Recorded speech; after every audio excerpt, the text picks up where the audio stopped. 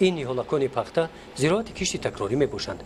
روز یکم ایون کش کرده شده در هوای گرم تابستان در مدت نه آنقدر دراز همگی 13 شبانه روز همین قدر سبزیدند و باز در حال خوبی نشونما قرار دارند.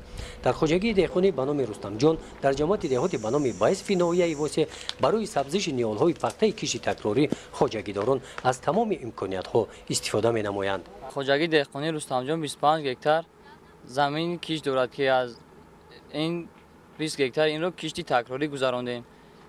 علاقه در 10 هکتار این کارکردی قطاری رو گذراندیم. خواجگی دهقانی ما 40 کارگری 40 سهامدار دارد که برای تیزتر خوبتر کارو پیش رفته ما از کارگران کرویا نیز استفاده می‌بریم. برای آنکه از کشتی تکراری حاصل بلند رویانیده شود باید که زراعت سریع با غذا تامین کرده شود، میگوید عبدالجمیل زیویف. در دهه زرکاران عبدالجمیل یگانه متخصص میباشد که به ساحه اگرونومی مشغول بوده مصلحتچی خواجگی‌های دهقانی است. عبدالجمیل با باوری میگوید که این نیالهای پخته بعد یک ماه به نیالهای کشتی بربختی پخته برابر میشوند و از این زمین حاصل پخته خوب گرفتن ممکن است. کشتی تکراری یک کمی یونی ما گذراندگی بدون زمین رو حاضر کارکردی بین قطاری یک کم گذراندگی تیاری با یگانه گذراندن دیده استدیم. بعد از اون با قطعی شروع میکنیم. در همین زمین غله بود و بعد غله ما همی کشتی تکراری گذراندگیم نوع قیغیز رو گذراندگیم انشالله با قطار دیگر پخته ها میرسد انشالله. ماروسا 24 تا برای پرورش و نگاهبین نیالهای پخته کشتی تکراری در این خواجگی قوای کاری میرسد. این زنان دهه زرکاران با خواهش خودشان برای کار در این زمین به اینجا آمدند.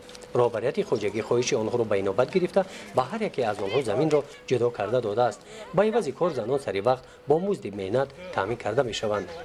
از سالهای 80 در چی کار میکنم؟ در می زمین ها کار میکنیم. کارامون نه رفته است. ما سر وقت معاشای خود را میگیریم و اهل عائلمون در می زمین ها 24 سوتی زمین داریم. در می زمین های خودمون کار کرده استیم. غیر معاش با گندم شود گندمون میتن. در این زمین کشت پنبه‌دانه بعد جمع‌آوری حاصل غله میباشد. برابر گندم از همین زمین ذخیره خوراک چاروا در این خواجگی تامین کرده شد. خواجگی دهقانی به نام رستم جان در سمت باغداری هم موفق شده است. نیالهای گوناگون میوه‌دهنده این باغ سال آینده به حاصل میآیند. تا به امروز در ناحیه وسه در میدان 30 هکتار باغ تاکزاری نو باغ‌های صادراتی ما امروز بنیاد کردیم که از آن جمله در خواجگی دهقانی رستم جماعت دهات میرزاعلی وایسوف در میدان 1 هکتار باغ‌هایی که باغ نوی صادراتی از آن جمله 50 سانتی خش خیلی که می‌بینید درخت‌های نوی بادام ایرانی البته امروز ما پرورش کرده استادیم که در آینده مقصد داریم که همین خیلی بادام‌های نغز بادام‌های ایرانی اگر منطقه باشد در خود ناحیه ما در ولایت ما همین نمودهای نوها را زیاد کنیم برای صادرات کردن. در ناحیه وسیع در دیگر خواجگی‌های دهقانی کشتی تکراری انا همین گونه با سرعت ادامه دارد. گزارش خواجه نظریف خدای نظر ظهورов از ناحیه وسیع برای برنامه اطلاعاتی نوید.